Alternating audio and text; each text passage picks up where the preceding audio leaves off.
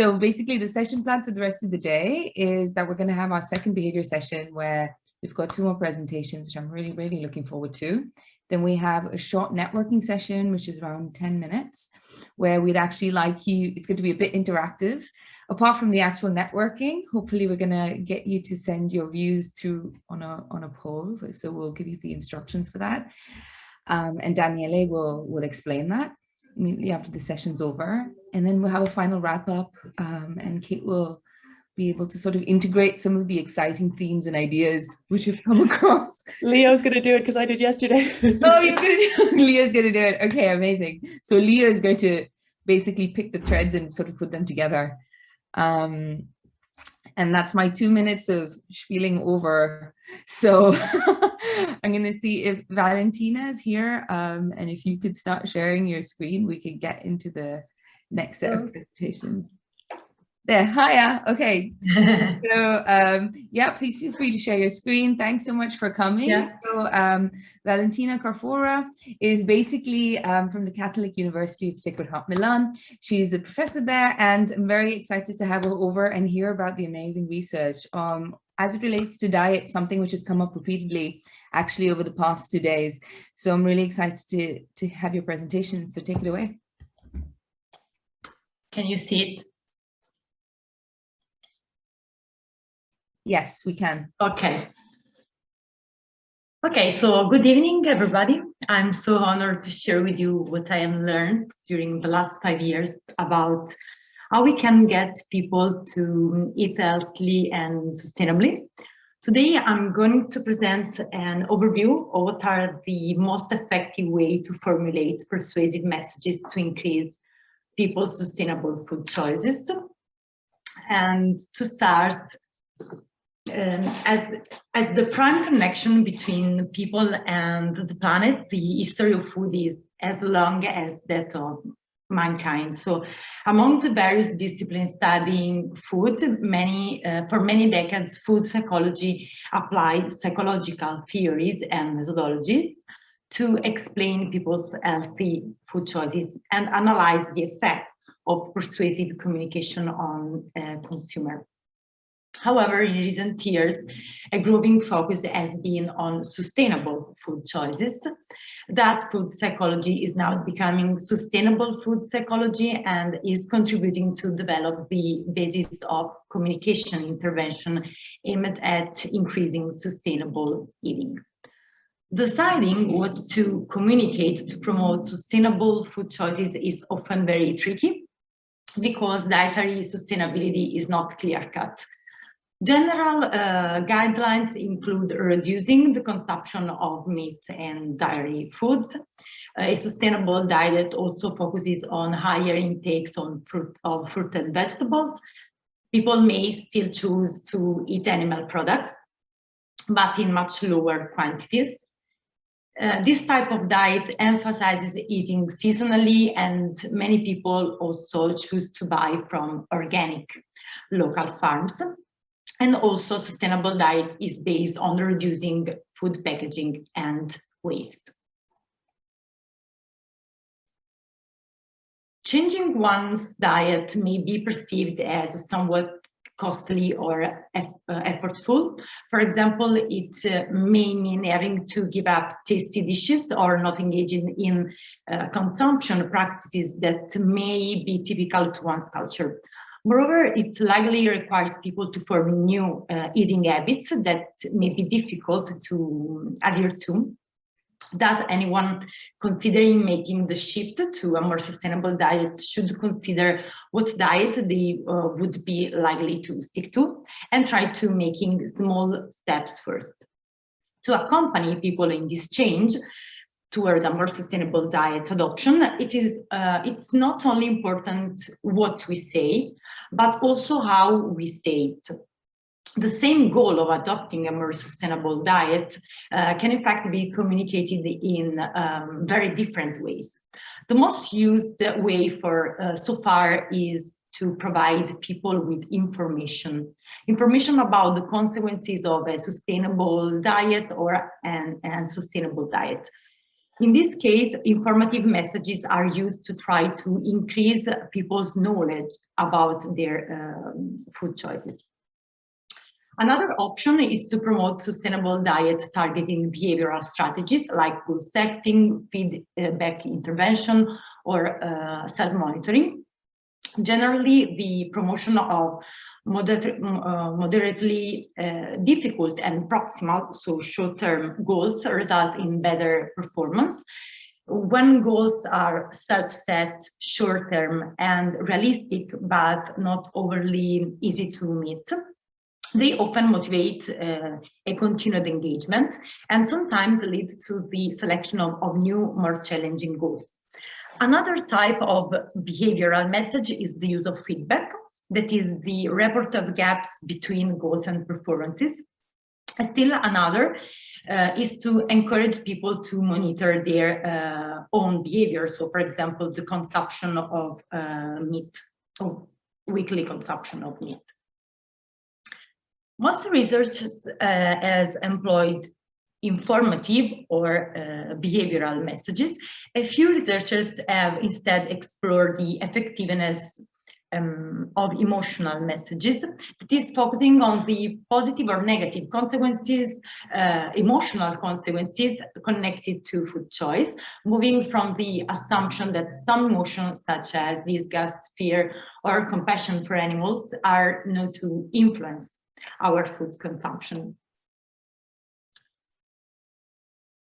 Some scholars have also proposed that one other relevant motivational factor is individuals' normative beliefs, that is, the beliefs about common behaviors and expectations of other people. For example, providing descriptive norm information, that is, information on the behavior of others, can strengthen the individual motivation to adopt more sustainable diet. Because people can assume that if most people behave in a certain way, it is probably the most sensible thing to do. Finally, another reason why people may increasingly choose to adopt a more sustainable diet is because doing so can be considered as the morally right thing to do. Indeed, research has established that such moral considerations are important antecedents of sustainable change. Still few, however, have tried to stimulate a reflection on personal values, so persuasive communication in order to change eating behaviors. Now I will give you an example of some works that I've done in collaboration with other researchers on each of these message categories. But first, I will explain to you what is the procedure that I usually apply in order to carry out randomized control trials. This will help us to understand more quickly how I got the various results that I will present to you shortly.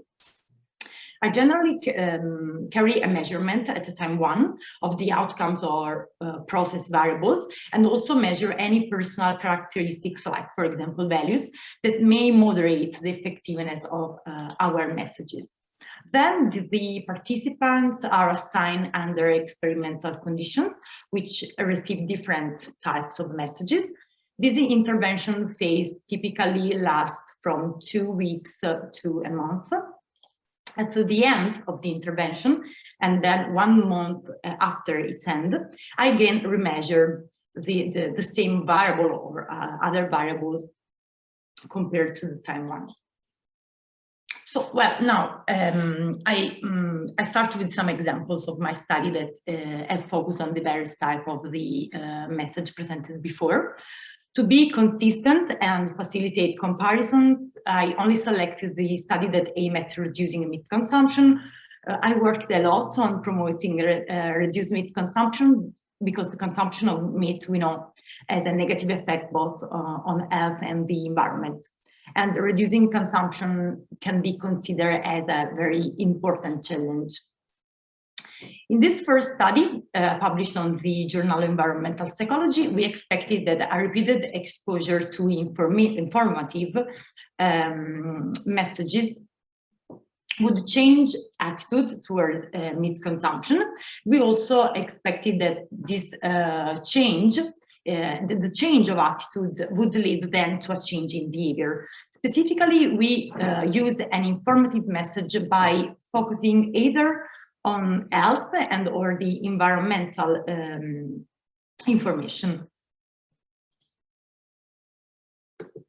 Participants in the health condition received messages focused on the health benefits of eating a little meat. An example of message was, if you eat little red meat, you will protect your health from heart disease. In the case of the environmental condition, participants receive messages based on the environmental consequences of eating a little red meat. For example, if you eat little red meat, you will protect the environment from climate change. In the health plus combined condition, participants received a combination of both messages. And finally, in the control condition, participants received no messages. In some, results show that all three sets of messages increase attitudes towards the meat consumption.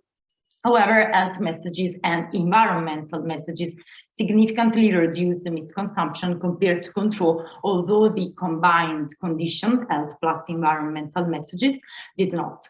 Thus, with these findings in mind, we tested and confirmed that attitude was the mediator of the effect of health and environmental messages on changing meat consumption compared to control. In this second study, published on Social Science and Medicine, instead we focused on behavioral messages, promoting the goal of eating a maximum of 2 portions of meat a week by reminding participants to monitor their consumption. Specifically, we tested if reminding individuals to monitor meat consumption using a daily food diary could decrease this consumption, because it could help to identify any discrepancies between current and set levels of consumption. So in this study, participants were required to first complete a food diary for 1 week, and then an online questionnaire measuring attitude and other variables like healthy eating and meat eating identities and intention to reduce meat consumption. During the subsequent intervention, participants continued to comply a daily food diary, and after the intervention, all participants responded to the same questionnaire used at time 1. In the case of goal and self-monitoring conditions, at the beginning of the experimental phase, participants receive information that clarify the goal related to the recommended intake. Then they received messages for 7 days promoting the goal and its monitoring. An example of message is, remember to monitor your red meat consumption for not exceeding 2 medium servings per day using daily food diaries. In the case of the control condition, participants did not receive goal or messages. Findings show that those in the message condition groups compared with control increased their intention to eat at most 2 portions of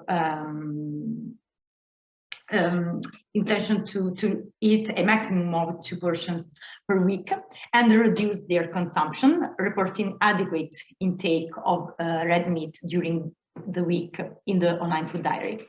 The effect of the messages was shown to be mediated through changing healthy eating and meat eating identities and intention to reduce meat consumption.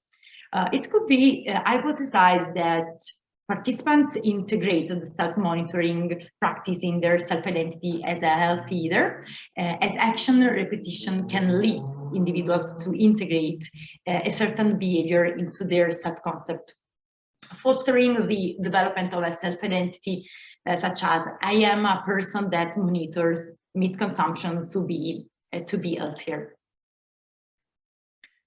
In this third study, published on appetite, we targeted emotional messages. Specifically, we tested the effectiveness of simulated anticipated regret, that is the anticipated negative feeling when a person does not perform a target behavior, a set goal. We, in this case, evaluated the effectiveness of anticipated regret because it has a profound effect on the way people process information. So we assumed that emphasizing this emotion can promote behavior change.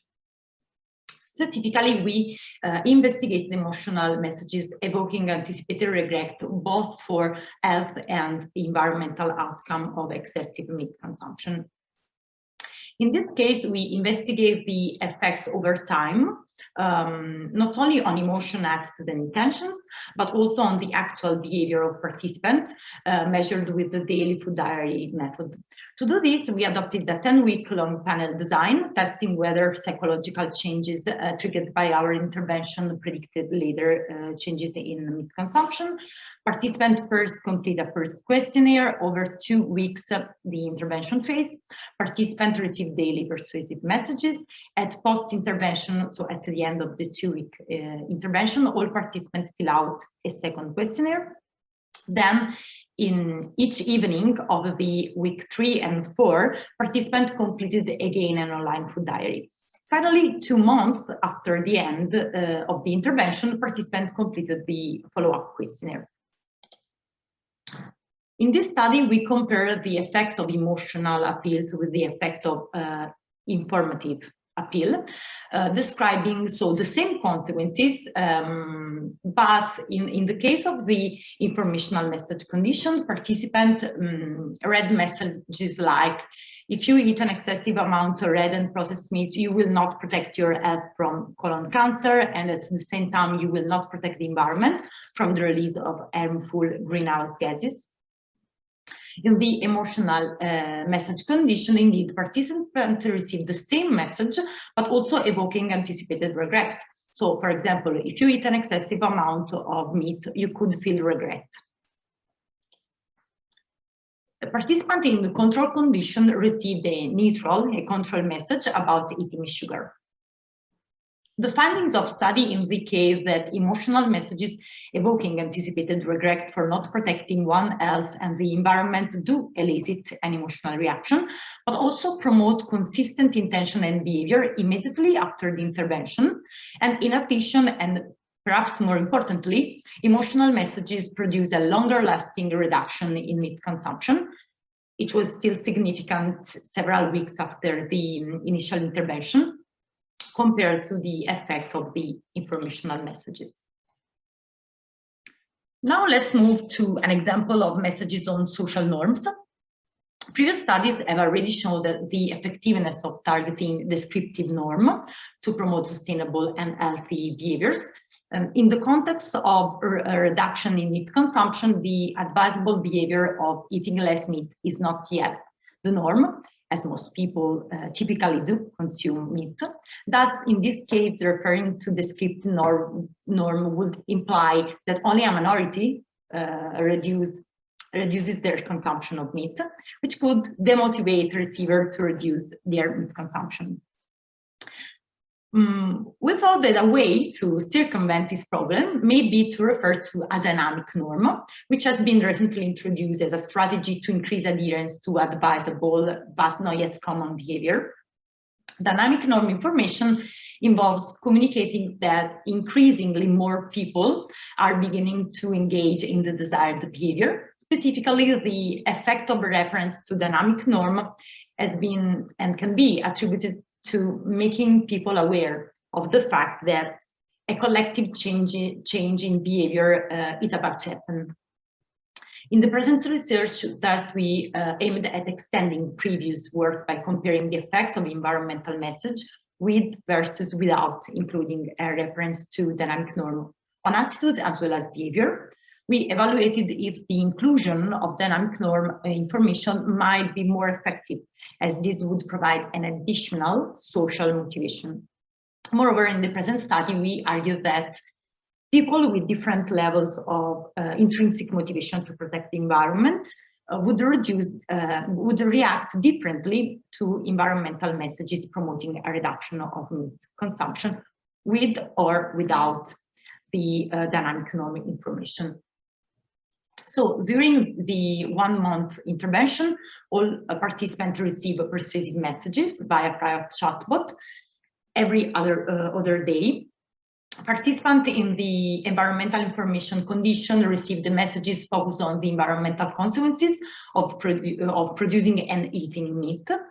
A participant in the environmental plus dynamic norm information condition received the same messages, but with the addition of a reference to dynamic norm. For example, if the livestock industry is reduced, the widespread deforestation caused by the need for pastures will be avoided.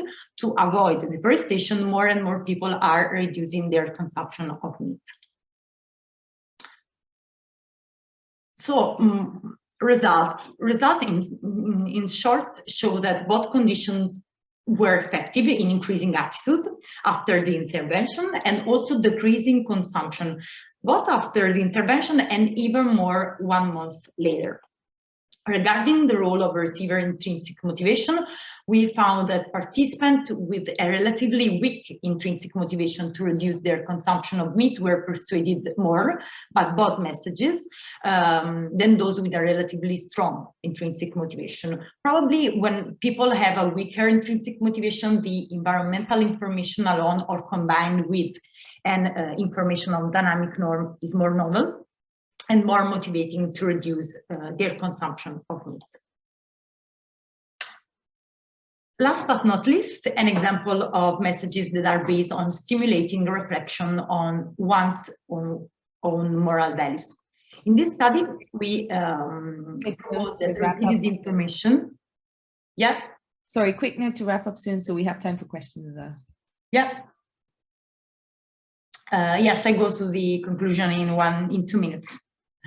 So in this case, we propose the information, we simulate people with information on the environment, and in another condition, we propose this environmental information combined with stimulating a reflection on one's value. And what we found, it was that both conditions again were effective in increasing attitude and intrinsic motivation and decreasing meat consumption, but there was no difference between the two conditions. Again, there was different effects of messages based on biospheric values of people. So key points. To sum up, we show that messages presenting health or environmental benefit strengthen a positive attitude or intention toward reduced meat consumption. In turn, this strengthened attitude and or intention led to a reduction of meat consumption. We also found that setting goals and promoting self-monitoring is an effective strategy that can be combined with other messages to enhance the effectiveness of the other types of intervention.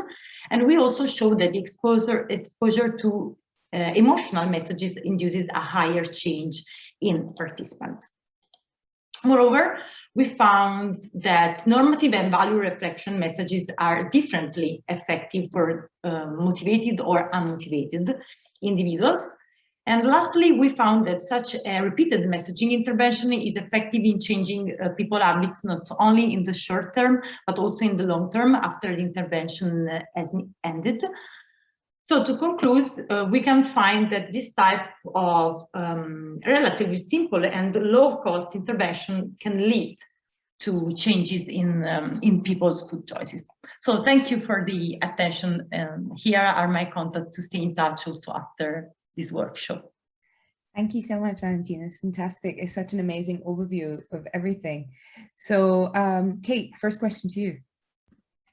Yeah, really fantastic, and so many interesting insights there on how you shift the dial on meat consumption. I guess it's a question I got answered in an interview once, so I don't know why I'm posing it to you now, but if you had to look across your different areas of work, and obviously Christian would suggest you need a behavioural mapping to try to understand the target population, but do you have a sense of what you should be suggesting to policy? Which of your interventions are the most effective, or do we need more work to kind of compare their effectiveness in different samples? Yes, I did some attempts to compare what happens when we consider different cultures. Only an example, the health plus environmental messages was not effective in the Italian sample, but another study. it was effective for UK population. So we need to consider that we can find some differences. But what I'm finding is that the content of messages can be effective or not effective, but the moderating variables can be different when we consider different populations. So we need a more attempt to find moderating variables. So personal characteristic features like values, or also knowledge and so on. Great, thank you. Leo. Thanks a lot. That's really interesting. Really cool set of studies. You really got figured out how to run these. So it's cool to see that you make it to such good use. And my question would be, how would you go from the lab or from psychological experiments to the real world? So obviously we are not interacting with chatbots that often. Yep. So are there certain instances where your messages could be applied? And have you thought of real world instances where these messages could be given to consumers? Yes, it was a randomized control trial, but this was not a very a pure lab messaging intervention, because the messages were delivered, depends on the study, but messages were delivered through chatbot on Facebook, or with instant message on WhatsApp. We used a lot of techniques, and I think that it can, this type of interventions are really near to the everyday life of people. So now, for example, we have developed an app to send questionnaires and messages. So we know that the apps with the notification reminder and are very closely to what we do during the life. So I think that the most important aspect of this messaging intervention is that we can apply to the larger population, and even without a lab experiment, randomized control trial. So my desire for the future is to find like a set of messages that can be proposed to the larger population. If we find different messages, we can combine all of them, because we know that one message is more effective for one person and another one is more effective for another person. So we need to expand the number of messages that we have if we want to extend also results in a bigger population. I think so. One clarificatory question in the chat, and then which is just to clarify, your message in the norms is descriptive rather than normative.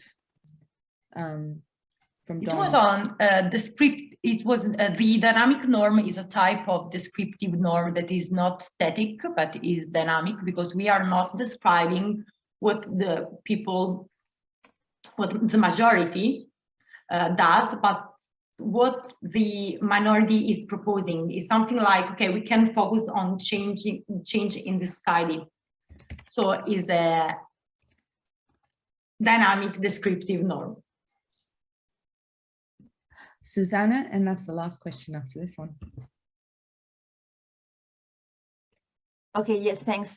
So I'm wondering, in your experiments, if you could maybe introduce a price component and compare, I mean, it will be experimental, of course, to compare how strongly the individuals respond to a market-based nudge, so a price instrument versus the normative nudges. Yes, I try to, I'm going to jump onto that and also to explore, and just to piggyback on that, to explore the implications for habit formation. So for instance, are incentives more effective at long-term behavior change than information? So for the price, I did some other experiments, for example, intentions and behavior towards purchasing a plant-based meat. And in this case, we evaluated the influence of price and also how people is, if people want to spend a bigger price to have a plant-based meat. And it is interesting also because I'm working on that And there is a difference between intentions and the willingness to pay. Sometimes we can find an effect only on one of them. And I'm trying to think why it can be so different, the intention and willingness to pay. Willingness to pay is also an intention, no? Great. I'm going to jump to Christina, just in the interest